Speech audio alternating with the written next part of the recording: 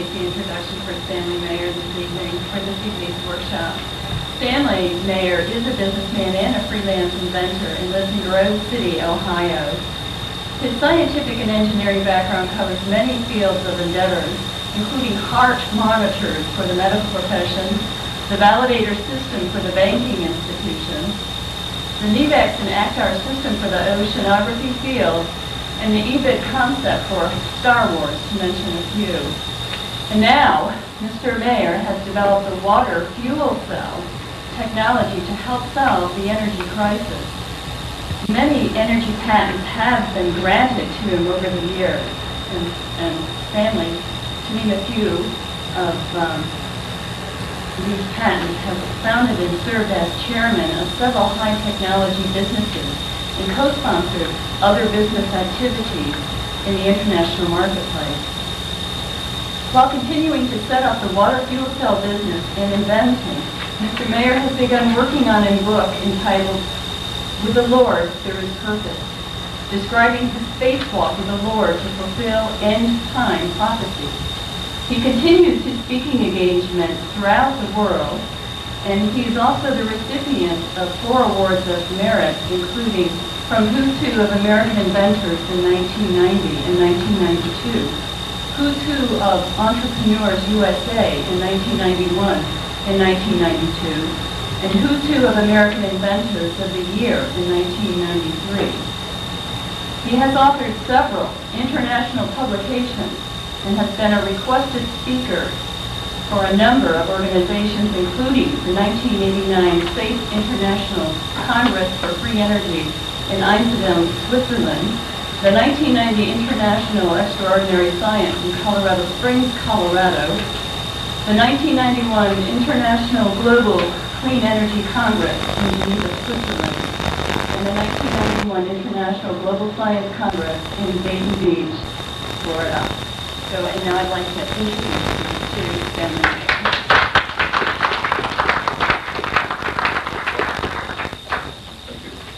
As I had mentioned a little earlier, for those on the videotape, we do release several publications pertaining to the water fuel cell technology. One happens to be the Birth of New Technologies, you see right here, which covers a detailed step-by-step explanation on why and how we can use water as a fuel source. Not only explaining the hydrogen fraction technology, it goes into the electrical polarization process and takes it right into the atomic energy balance of water, and how that we can use ordinary natural water as a fuel source to power our cars, heat our homes, and even fly our aircraft, and to go even into deep stellar space. So if you're interested in it, the publications are available for around $20 a piece in the conference, and $25 on a mailing request to cover the printing cost. The second manual that we released is also, we call the Water Fuel Cell Dealership Sales Manual. This is an overview of the technology and also covers our business format on how we are actually bringing this technology in, not only into this country, but internationally. But for the same problems that we're confronting in energy in this country is also being confronted in other countries. So we've set up an international way of decentralizing both the production and the installation of this type of technology in order to get into the international market area. We also release periodically news releases. If those of you are interested, kindly give us your name and address or send a mailing request to us, and we will more than happily to send you an update on the detailed step-by-step of the development of the technology and what's occurring in the international market area. This will continue on. We will put you on our computer system and send these mailers to you if you are interested. Again, for those mailing requests, just send us a letter, and we'd be more than happy to send it to you. For those who would request the Birth of New Technology or the WFC Dealership Sales Manual, all you would need to do is to send us a check on a U.S. bank and for the requested materials, and we would be more than happy to send it to you. We also release a videotape. It's an hour presentation covering a lot of this technology. It's called the Extraordinary Science Talk. We released that videotape for $25 too, if you're interested, and just simply send us a request. for that material.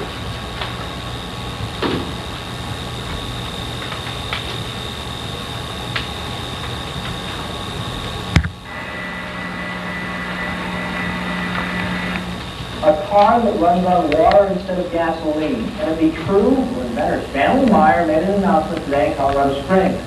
He says he's come up with a device that will hook up to any engine and allow it to run on good old H2O. Mr. King's first off tonight on the possible impact of the water fuel cell.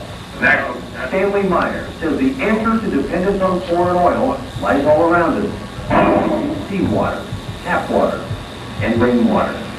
Any kind of H2O, he says, can power just about every type of engine. How? With a water fuel cell. It fits in the palm of his hand, but it could revolutionize the world. You're talking about a pollution-free, totally new source of energy, the voltage disassociation of water.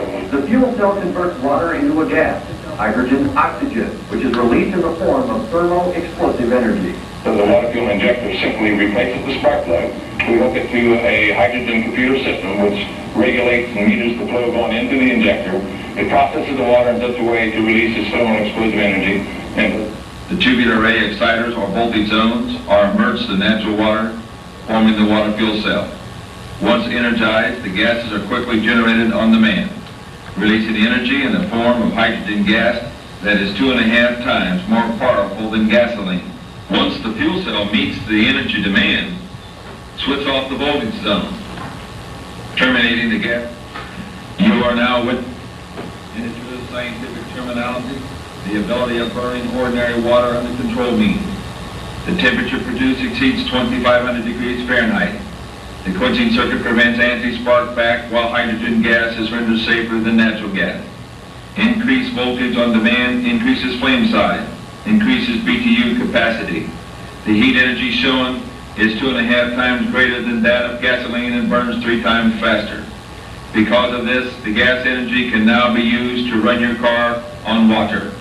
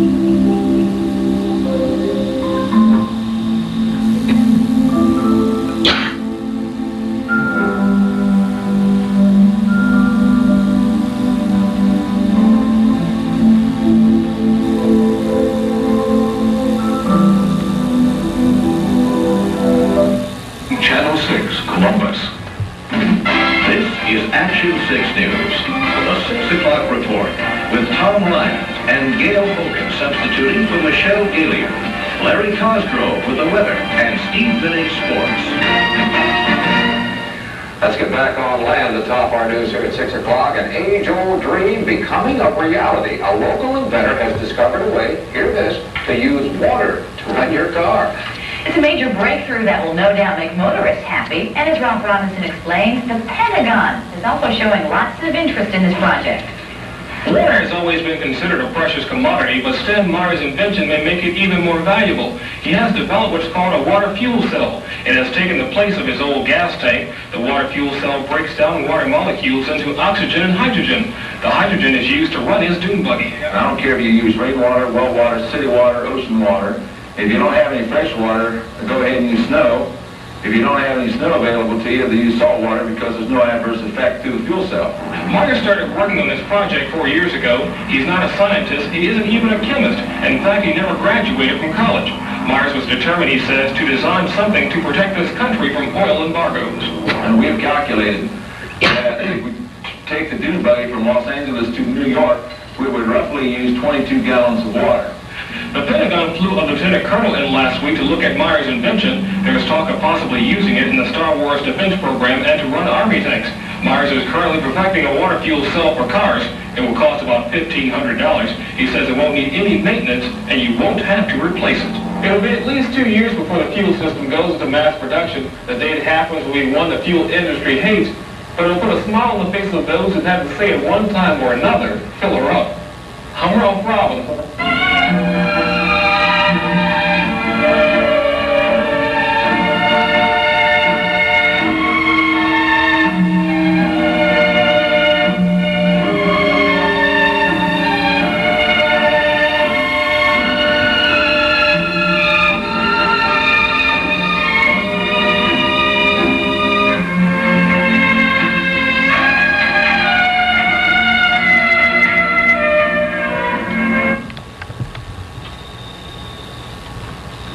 Now let's go ahead and discuss a little bit how and why that we're doing it and how we can use water as a fuel source. You have to kind of apologize. There are those who have followed me over the years. If you have not processed patents or in the process of processing patents, you must become aware of there are many loopholes in the patent processing, both nationally and internationally under the PCT Treaty Act. When you start to develop this type of technology, you are subject to be in compliance with the PCT Treaty Act as well as under the national security laws. If you can run a car down the road on water, you can also run a tank down the road on water. We're reaching a point that there's perhaps following a very critical state that we're going to be facing in the areas of another energy crisis of which we will not be able to respond unless this type of technology will be able to go forward. Go ahead, Leonard. You will. I want you to go home and I want you to look in the Bible.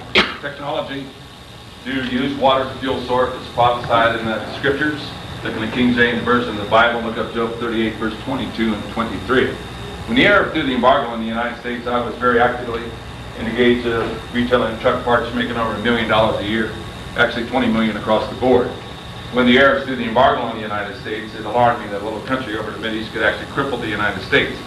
As mentioned, my background is quite diversified in research development, product development, engineering, corporate entrepreneuring, starting corporations right on the ground floor, right on up into the multi-international areas. So the Lord has really prepared me well over 20 years to be doing what I'm doing. Now in the scriptures where the Lord was talking to Job and he asked him a question, he said, hey Job, have you ever considered the treasures of snow? Or have you considered the treasures of hell, which I have reserved against the time of trouble, against battle and war? Now, is there anyone in here that think that you will not encounter a great deal of difficulty in trying to bring this type of technology in? I've been bringing it in under the power and authority of the Word of God. I'm filled with the Holy Spirit. I exercise all the gifts of the Holy Spirit, and I've been bringing it under the power and authority of the Word of God. And many people ask me how in the world that we're able to do this. And of course, this is my witness and my testimony before the world. Because to those in the know of how to control and manipulate high technology, I've been affiliated in the high-tech area all of my life. I know how the multi-international works to control and maintain that technology and to manipulate it. When I started back during the Arab embargo, it became very apparent that in order to bring the technology in, I had to comply to certain design requirements. Number one, it had to be built in the garage. If the technology could be developed in the garage, then I could bypass all the exotic manufacturing technology that control you or manipulate you.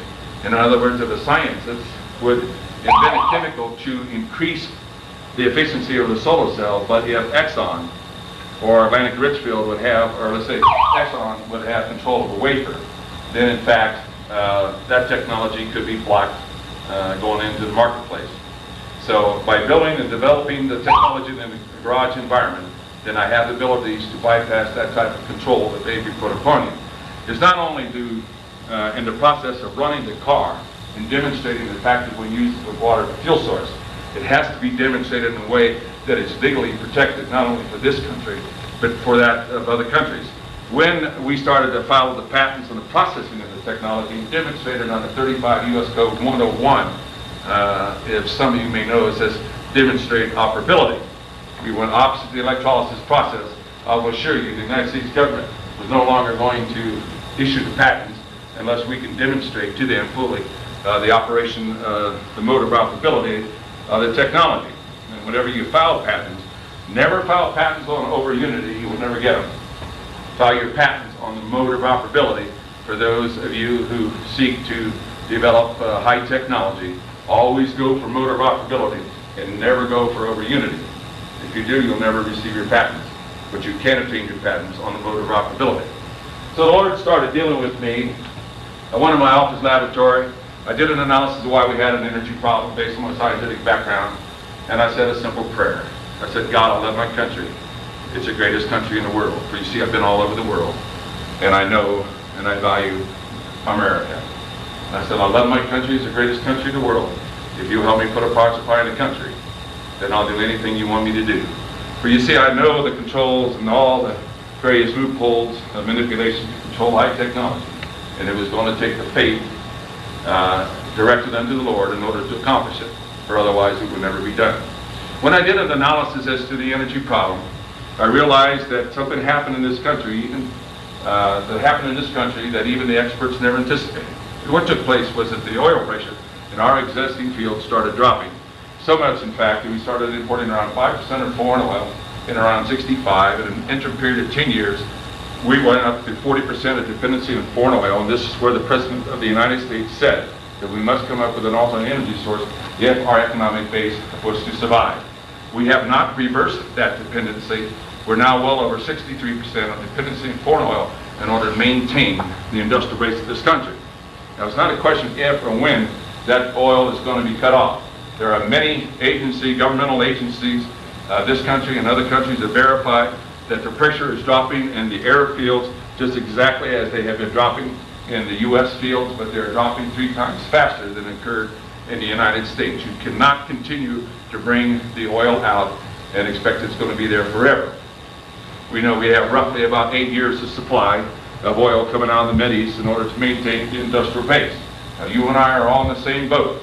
If you look at our industrial base and the world industrial base, it's based on the supply and utilization of energy. Is that not so? If you can't get energy to farmers, can they till their lands, sow their crops, and harvest them?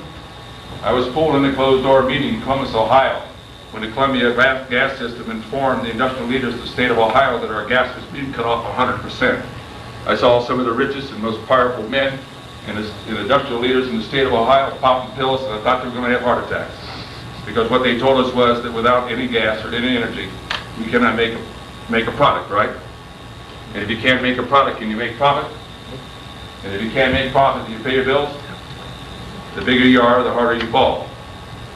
And we were importing well over 95% of natural gas into the state of Ohio. I also started making some calls, and I started to realize that if our trucks were not started in moving goods and services outside the Columbus, Ohio area, I started calling and asking questions. How long do we have before the food supply chain in the United States would be disrupted? And they said, Stan, you have less than 27 days. If you don't get the trucks operational within that interim period of time, the food supply chain in the United States will be disrupted. The food supply chain internationally is less than 27 days. So it became very imperative that without a new and a free and abundant energy source, if we had no ability to retrofit directly to the industrial base of this country, even in the international areas, then we were going to be confronted with a tremendous catastrophic event that, in fact, without any form of retrofit energy system, we would not be able to maintain our industrial base, and it will come down to survival, whether or not we have the ability to supply the food for you and I to eat. Now, if we have no energy, can you go to the store to buy the food? Do you starve? If you have no energy to process the food, are you in the same boat? So it becomes a survival. So I started in during the Arab embargo with the prayer unto the Lord. It was illogical to me, and said, Lord, if you will put those patents on my wall. Now, I've suffered from that prayer because that was a prayer of disbelief. I should have said, Lord, you are the King of Kings and Lord of Lords, and you will supply me those patents to develop the legal base for bringing it in. And I said, Lord, if you will put those patents on my wall, I'll believe you're Lord, Lord, and King of Kings. Today I can stand before you. I own and control this technology, both nationally, internationally, and nobody owns me or controls me or manipulates me. And as a scientist, as an engineer, as a businessman, that's a miracle to me. And today I can tell you that we have the abilities to bring this type of technology in. And just the same as President Reagan took the executive order to try to ensure that this type of technology would not only be protected to the United States, but also for the world. When I was escorted into the patent office, or to the Pentagon, with several colonels on either side of me, when they realized what I was presenting or developing the technology, I asked the same two questions. Gentlemen, if you don't have an economy, you don't have a government. If you don't have a government, you will not have a military. It's imperative to get this type of technology into the marketplace as well as the other ones. Gentlemen, what happens if a foreign power can come in your own land, use your own existing laws to block this type of technology from coming in? These exactly two questions I asked every leader, every industrial leader of every country of the world that I've been going to, negotiating and talking and relating this type of technology to them in order to try to head off a possible international crisis in energy, which will be insurmountable. Not only that, we talked about the environmental pollution problem. They do not tell you that the internal combustion engine is a processor that processes our air that we breathe. The liberated oxygen that goes into that engine is now covalently linking up with the pollutants going out. That means that we do not no longer have a liberated oxygen to breathe. Those covalent bonding of pollutants coming out of that engine is now covalently linking up with the ionosphere. And as it's covalently linking up, if you want to prove it out, look at the sunset at night, and you will see that our air is starting to turn a brownish color. And that brownish color is showing where those fossil fuel pollutants are interlocking with our ionosphere, interacting with the sun, and as a result of this, we are now converting the atmosphere into a heavy substance that will not support life. Our core samples on the polar regions have shown that well over that the oxygen content in the air was around 30%. Today it's less than 21%. Population 5.4 billion today. In 10 to 14 years will go up to around 9 billion at the rate that we are now processing the ambient air. The oxygen content will drop down to less than 17%. At that particular time we'll be on respirators.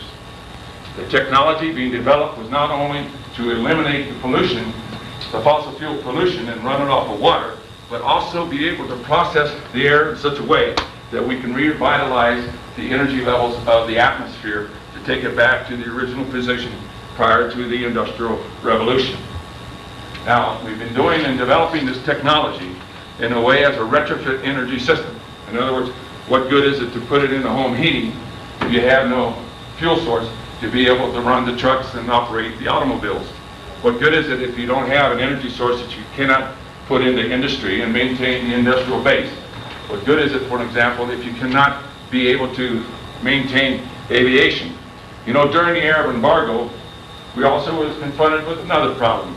The problem being is that at that particular time, the United States government had only 2.5 days of aviation fuel for global defense. Today it's down to a day and a quarter. When it reaches a day supply, the Joint Chiefs of Staff will have to make the decision, no more global defense. Did any of you ever hear anything about the war brokers? If you want to study about history of World War I, World War II, you'll start to realize that there were men spatially trained and women trained in order to bring countries into war, to break their economic back, to take over the controls of their countries. You ever hear of the Council of Foreign Relations, the Trilateral Commission? You ever hear about the Council of the Group of 300? You hear about the internationalists that are controlling to bring in a one world government. Now we're heading for a one world government, but unfortunately, if the one world government is headed under a control, is controlled by a Mussolini or a Hitler or a person filled with the demonic spirit, we're in one heck of a problem.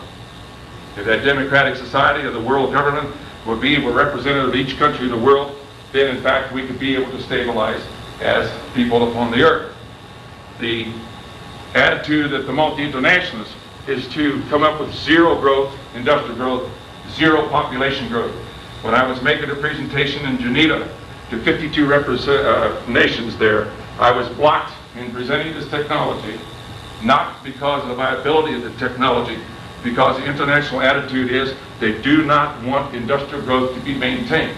There is a move to try to force the countries to accept that they would sign over their natural resource rights. That if you signed over your natural resource rights, you have taken over the countries without even firing a shot. This is to help bring in a one world government. The number one thing that will diffuse the entire episode and be able to maintain us is to bring an alternate energy source in that we can be able to sustain and maintain not only the industrial base of this country but of the world. And therefore I will share this information with you. And once I share it with you, then you have a responsibility. I'm sharing a responsibility to you so great. Now the power structures to be, we all hear about the guys that invent the carburetors that go 200 miles per hour and what have you, and they never get out of the market area. We talk about high energy systems, development of high technology, and they never seem to get out into the marketplace. Why is that? You know, and Rockefeller was a very smart man to get our economies to operate on fossil fuel. He got a hold of a think tank. And in the think tank, he says, I want you to come up with motivating thoughts that would demotivate the people in order to bring us up on the fossil fuels. You see, at that time, we're talking about high energy research and development, are we not? And yet Rockefeller wanted to convince the population of the world that we need fossil fuel to maintain the economies, and therefore suppress and prevent alternate energy sources to come forward. And so in this think tank, he came up with such phraseologies. Well, you can always lead a horse to water, but you can't get him to drink. Any of you have ever said that? You know, if you say that out of your mouth, you know that you believe it. It's the greatest lie in the world.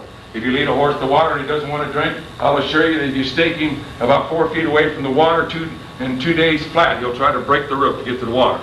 If you want to speed up the process, feed him some salt. Another great demotivating thought. Well, you can't buck City Hall. How about another demotivating thought? 2 things you never discuss is politics and religion. Do you know why in the news medias that you are bombarded with tremendous negativism?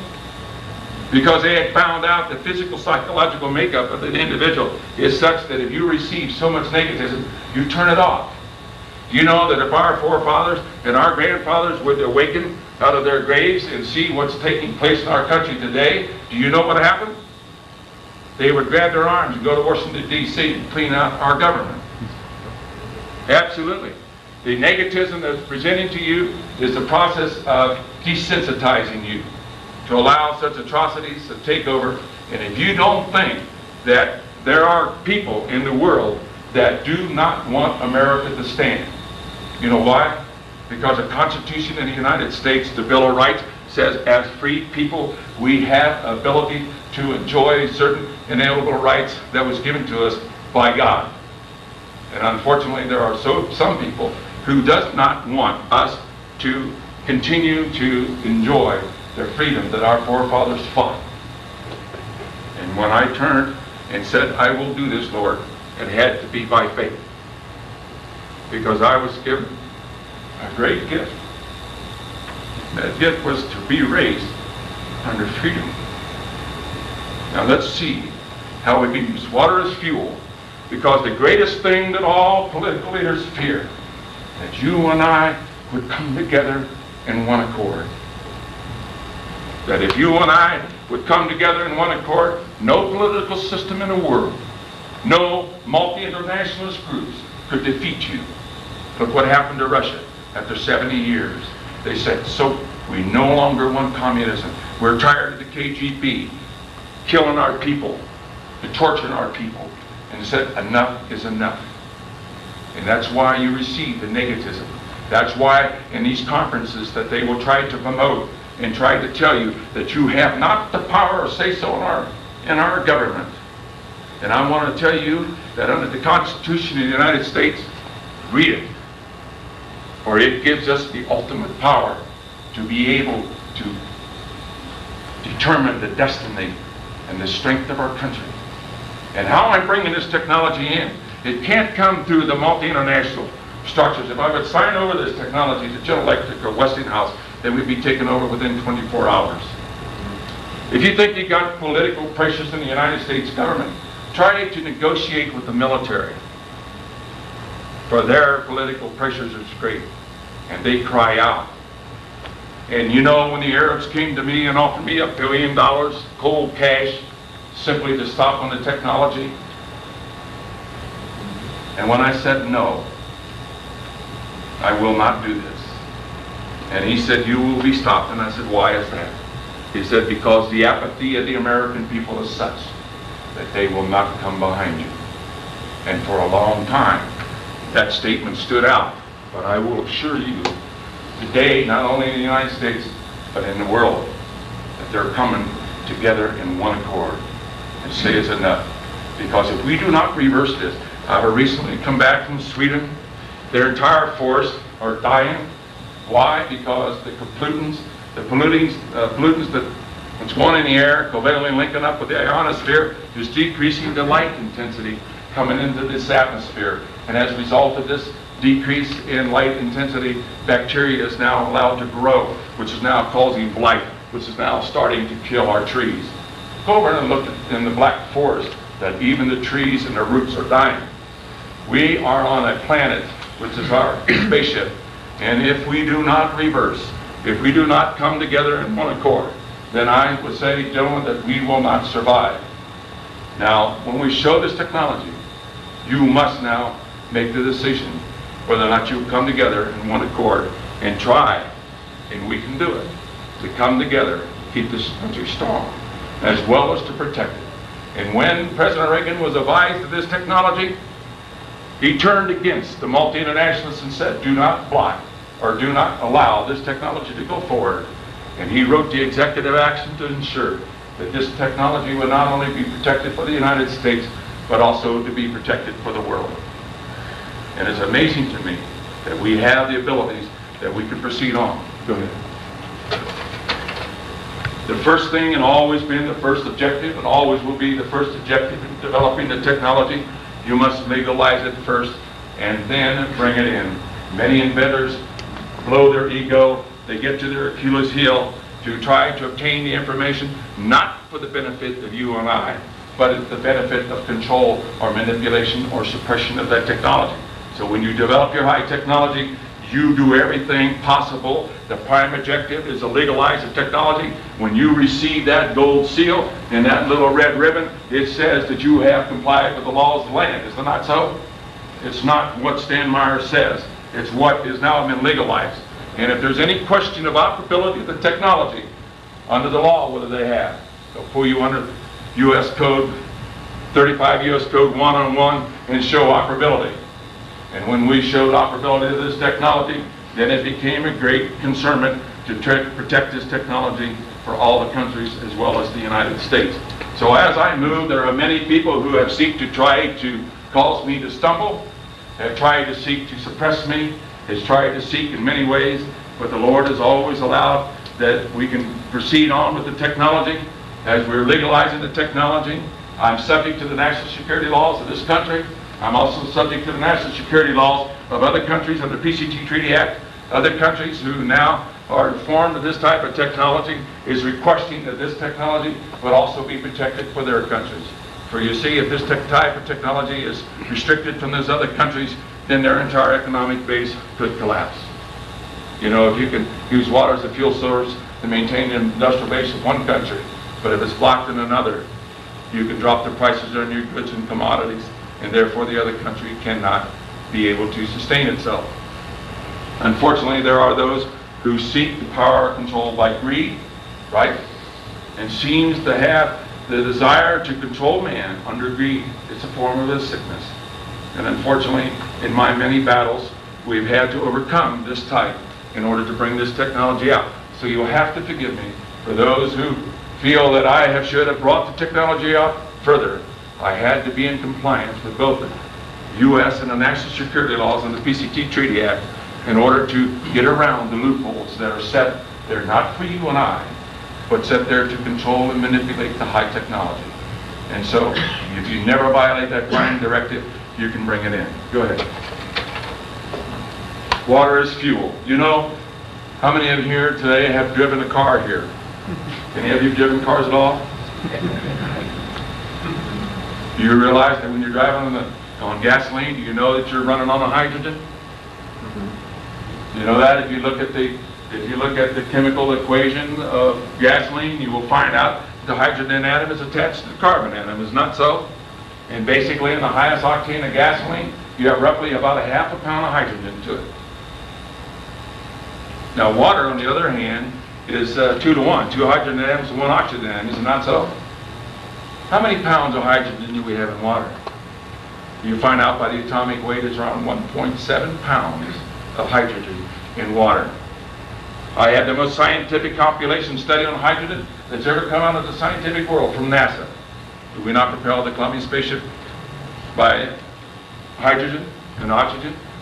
And in that report, it clearly stipulated that hydrogen was the most ideal fuel of the future. It can be utilized anywhere, solve even the environmental pollution problem, but they did not have an answer in 3 areas. 1, to produce the hydrogen gas or release it economically from water, control the rate of production, be able to adjust the burn rate of hydrogen gas to co-equal to fossil fuels, and add the 4th one, be able to transport it without spark ignition. And I wrote all the patent rights both nationally and internationally on this type of technology, to be able to use water as a fuel source. Go ahead. Now, in order to solve the problem as a scientist, you got to learn to ask the right question. This particular quest was, how in the world can you switch off the covalent bonding of the water molecule and do it economically? You know, Einstein said even that there was enough energy in a gallon of water that if you knew how to release it, it could take the power of a 1,000-car train around the earth many, many, many times. Now, when you do your research and development work, don't go back and try to reinvent the same thing that's been being reinvented over and over and over again. To solve a problem, an energy problem, you must go in a different direction. And in this direction, we had to find a way to simply switch off the covalent bonding of the water molecule and not process the water molecule in any way. In order to understand this, then, we went back, and the Lord was showing me, he said, okay, what happens in the law of physics? That for every action, there's an equal and opposite reaction, right? Okay, so when the unlike atoms of the hydrogen atoms covalently link up to the oxygen, normally the oxygen atom has 8 protons and 8 electrons, does it not? But when the oxygen atom now accepts the negative charge electron of the hydrogen atom, now what happens? There's an electrical imbalance that occurs because you still have 8 protons, but you now have a total of 10 electrons, do you not? And under the law of physics says that the first orbit will, the L orbit or K orbit, can maintain up to 2 electrons, isn't that so? But in the next orbit, the L orbit, says to reach stable state to form the water molecule, you can have up to 8 electrons, isn't that so? Now after 8 electrons is now accepted in the L orbit, now the water molecule goes into stable state. But since the hydrogen atom now is sharing its negative charged electron, then the positive charged proton swings the hydrogen atom to a positive electrical charge. Oh boy, Lord. Now what can prove that out? Well, if you put a cup of water in a microwave oven and you send a microwave through the water, does it not heat up the water molecule? And how does the water molecule become agitated? Because the microwave produces a positive and negative potential, which now oscillates the water molecule, because the water molecule takes on opposite electrical charges.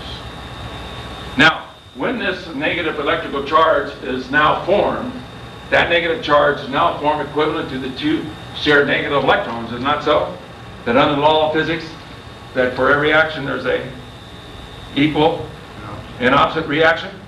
As a result, now we're setting up an opposite electrical charge, Q and Q prime.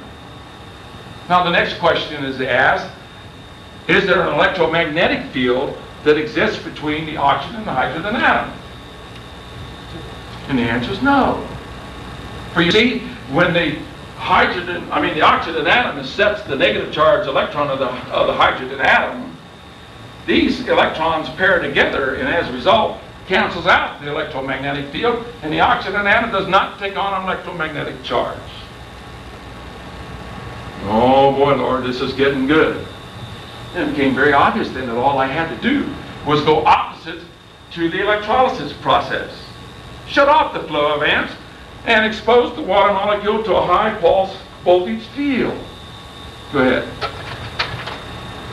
Now we know under Coulomb's law of electrical force and under Newton's second law of electrical force, does not voltage perform work? It is not unknown in physics that voltage absolutely performs work. Is that not the same basis of electronic circuit design? When you turn on the TV set here, you not attenuate the grid, the positive voltage behind the grid, that as you attenuate the voltage, you accelerate the negative charge electron striking the fluorescent screen, which now produces a greater light intensity. We know, in fact, that voltage does absolutely perform work. Under Coulomb's law and Newton's second law of electrical force and electronic circuit, would not the positive voltage of this voltage field, if you restrict amps, would it not attract the negative charge electron? Have you ever heard in physics that opposite charges will what? Attract, right? How about like charges? Would not now the negative voltage field here repel that negative charge electron? Absolutely. You know, when we went into the patent office, under 35 U.S. Code 101, showed it to the examiner chief, the experts in physics, chemistry, and electronics, and they realized it was a cold process. They asked the infamous question, why in the world did no one ever think about this? I said, well, you want me to give you an answer? I said, number one, I said, the knowledge of water will come out of time in great trouble. But the reason why Faraday did not discover the electrical polarization process, you see, he needed modern day inventions. He needed the modern day invention of stainless steel 304 material, which forms the voltage zones, which is chemically inert to the process. It does not chemically react to liberated hydrogen and oxygen atoms. You see, he didn't have stainless steel back in those days. The second thing he didn't have the prior knowledge that the water molecule takes on opposite electrical charges. And he didn't have modern electronic circuit design to restrict amps and allow voltage to take over in a dead short condition. He worked with a very crude battery. When he put the electrolyte into the water, it created a dead short condition, and amp flow resolved, and there was no way to restrict the amps because it was dead short. It was a dead short condition. So you see, when you look at modern day inventions, look and see the technology, how and why you can use that advancement of technology for the benefit of mankind. Go ahead. Now it became quite obvious that all I had to do is to restrict the amps and expose the water molecule to opposite voltage zone. Would not the negative charge oxygen atom now be attracted to the positive voltage zone? Under the law of physics, opposite charges will what? Attract, right? Would not the positive charge hydrogen atom now be attracting to the negative voltage zone? And therefore you're overcoming the electrical attraction force of the water molecule. You're now causing the water molecule to expand. You're changing the time-share rate of the electron, and you're switching off the covalent bonding of the water molecule, and now you're releasing the hydrogen and oxygen atom for ordinary natural water without processing. While continuing to set up the water fuel cell business and inventing, Mr. Meyer has begun working on a book entitled With the Lord There is Purpose, describing his spacewalk with the Lord to fulfill end-time prophecy. He continues his speaking engagements throughout the world, and he is also the recipient of 4 awards of merit, including from Who's Who of American Inventors in 1990 and 1992, Who's Who of Entrepreneurs USA in 1991 and 1992, and Who's Who of American Inventors of the Year in 1993. He has authored several international publications and has been a requested speaker for a number of organizations, including the 1989 Safe International Congress for Free Energy in Einsiedeln, Switzerland, the 1990 International Extraordinary Science in Colorado Springs, Colorado, the 1991 International Global Clean Energy Congress in Geneva, Switzerland, and the 1991 International Global Science Congress in Dayton Beach, Florida. So, and now I'd like to introduce you to Stanley.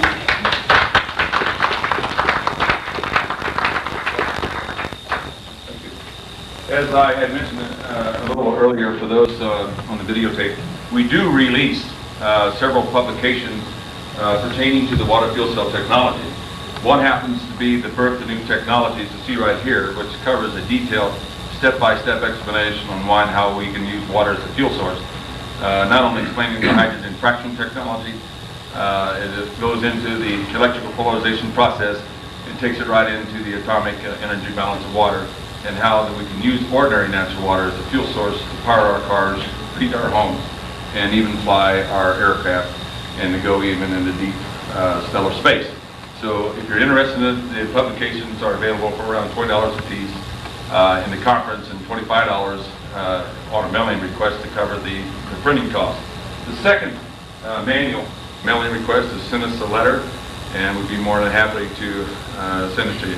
For those who would request the birth of new technology or the WFC dealership sales manual, all you would need to do is to send us a check on a U.S. bank, and for the requested materials, and we would be more than happy to send it to you.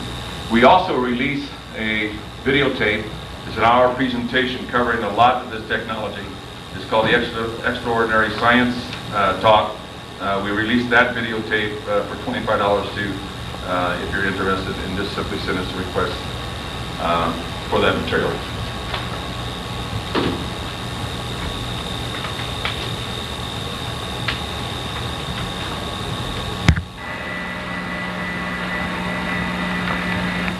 A car that runs on water instead of gasoline. Can it be true? Or better, Stanley Meyer made an announcement today in Colorado Springs.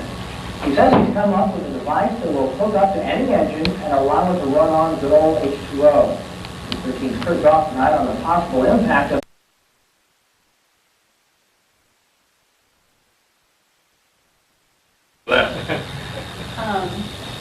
I'm happy to make the introduction for Stanley Meyer this evening for this evening's workshop.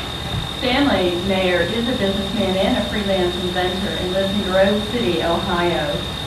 His scientific and engineering background covers many fields of endeavors, including heart monitors for the medical profession, the validator system for the banking institutions, the NEVEX and ACTAR system for the oceanography field, and the EBIT concept for Star Wars, to mention a few. And now, Mr. Meyer has developed a water fuel cell technology to help solve the energy crisis. Many energy patents have been granted to him over the years, and Stanley, to name a few of these patents, have founded and served as chairman of several high-technology businesses and co-sponsored other business activities in the international marketplace. That we released is also, we call the Water Fuel Cell Dealership Sales Manual. This is an overview of the technology and also covers our business format on how we are actually bringing this technology in, not only into this country, but internationally. But for the same problems that we're confronting in energy in this country is also being confronted in other countries. So we've set up an international way of decentralizing both the production and the installation of this type of technology in order to get into the international market area. We also release periodically news releases. If those of you are interested, kindly give us your name and address or send a mailing request to us, and we will more than happily to send you an update on the detailed step-by-step of the development of the technology and what's occurring in the international market area. This will continue on. We will put you on our computer system and send these mailers to you if you are interested. Again, for those